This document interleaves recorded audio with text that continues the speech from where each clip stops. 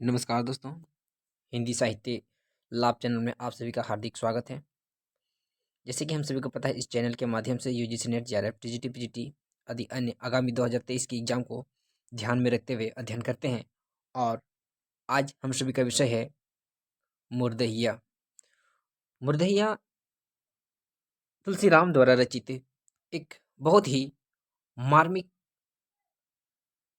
आत्मकथा है, जो अपने जीवन में होने वाली घटित का बहुत बखूबी और उसके जीवन में हो रही दिक्कतों का और उस दिक्कतों को सामना करते हुए आगे बढ़ने का इसमें दिखाया गया है।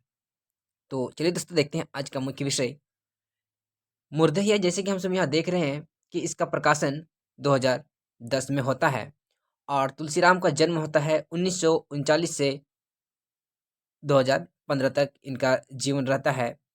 ये एक दलित आत्मकथा है। दलित का मतलब होता है दबा हुआ, कुचला हुआ, शोषित किया हुआ। तो ये जो थे तुलसीराम, एक दलित आत्मकथा लिखते हैं जो अपने पर जो बीता गया है उसको बता रहे हैं। इसका मुख्य विषय है,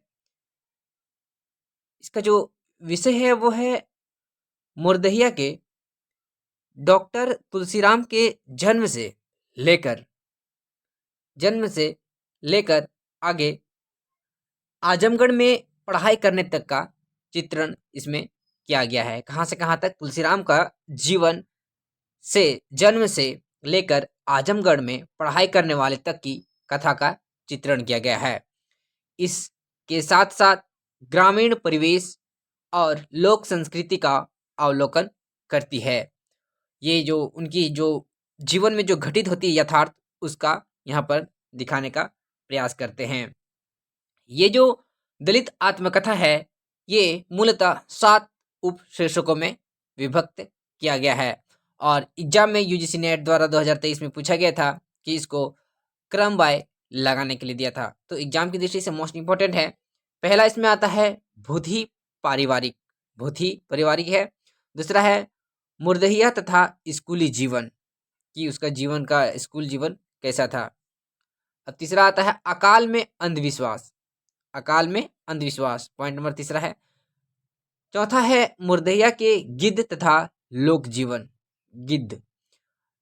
पांचवा है भूतनिया नागिन और छठा है चले बुद्ध की राह और अंतिम है आजमगढ़ की फपा कशी। ये जो क्रम है एग्जाम की दृष्टि से अति उपयोगी है, क्योंकि इस यहाँ से क्वेश्चन पूछा जाता है। देखिए इसका ट्रिक दिया हुआ है, बना हुआ है। कहता है इसमें भूतहा स्कूल के अकाल में, मतलब सबसे पहले हम लोग क्या देखे थे, भूती जीवन देखे थे, फिर स्कूल का देखे थे, उसके बाद अकाल में देखे थे, उसके बाद गिद्ध और नागिन देखे थे और राह में फाफा कस कर रहे हैं। तो यहाँ पर देखिए क्या कहता है कि भूतहा स्कूल के अकाल में, मतलब भूतहा वाला स्कूल है तो वहां पर अकाल पड़ा और गिद्ध और नागिन वहां पर राह से गुजर रहे थे, तो उन लोग क्या कर रहे हैं, फका खसी कर रहे हैं। तो ये है ट्रिक इसका, जो आसानी से याद कर सकते हैं। कैसे? भूतहा स्कूल के अकाल में, भूतहा स्कूल के अकाल में गिद्ध और नागिन राह में फका खसी कर रहे हैं। और इसका आगे वाला पेज में देखते हैं जो और मोस्ट इम्पोर्टेंट है। आत्मकथा मुर्दइया जो है उसमें 1949 से 1965-66 तक की घटना का भी इसमें वर्णन किया गया है, जो उस समय जो घटित हुई थी उस समय। अब इसका मुख्य पात्र कौन कौन सा है वो देखते हैं, क्योंकि एग्जाम की दृष्टि से मोस्ट इंपॉर्टेंट है।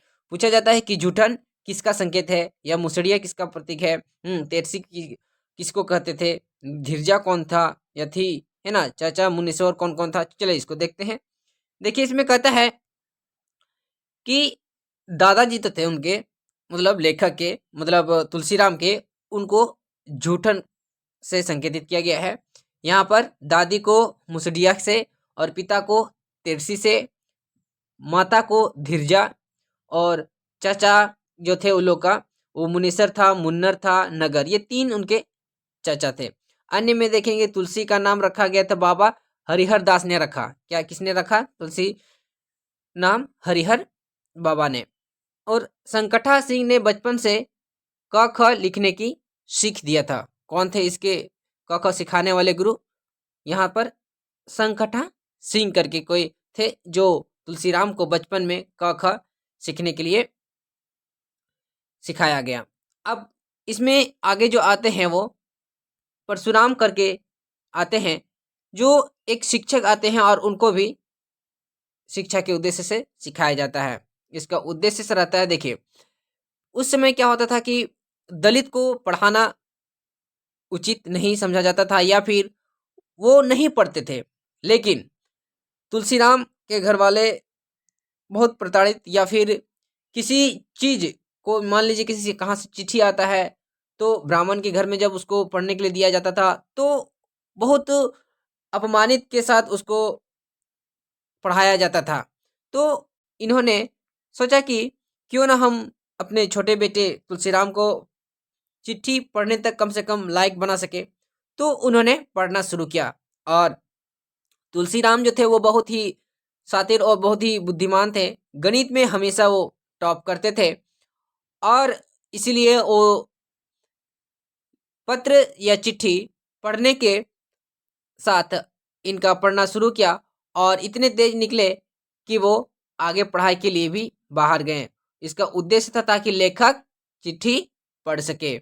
और इसका गांव था धर्मपुर, उत्तर प्रदेश में आजमगढ़ में है। जो ये मोस्ट इंपॉर्टेंट है, ये छोटी छोटी तथ्य से ही आजकल क्वेश्चन बनाया जा रहा है। और ये जैसे मान लीजिए ये इसका नाम किसने रखा, तो ये हरिहर सिंह ने रखा था। उसका चाचा चाचा का क्या नाम था, दादी का क्या नाम था, है ना। और परशुराम क्या था उनका, शिक्षक के रूप में इसका ठहरता है। तो ये छोटी छोटी पुस्तक, छोटी छोटी वीडियो हम सभी के बीच में मार्मिक तथ्य है जो एग्जाम की दृष्टि से मोस्ट इम्पोर्टेंट सिद्ध होने वाली है। तो दोस्तों, अगर ये आपको वीडियो आपके लिए उपयोगी लगता है, सिद्ध होती है, तो please like comment and subscribe जरूर कर दीजिएगा ताकि मुझे मोटिवेशनल मिलने के साथ साथ आप सभी तक वीडियो पहुंचता रहे। तब तक के लिए धन्यवाद।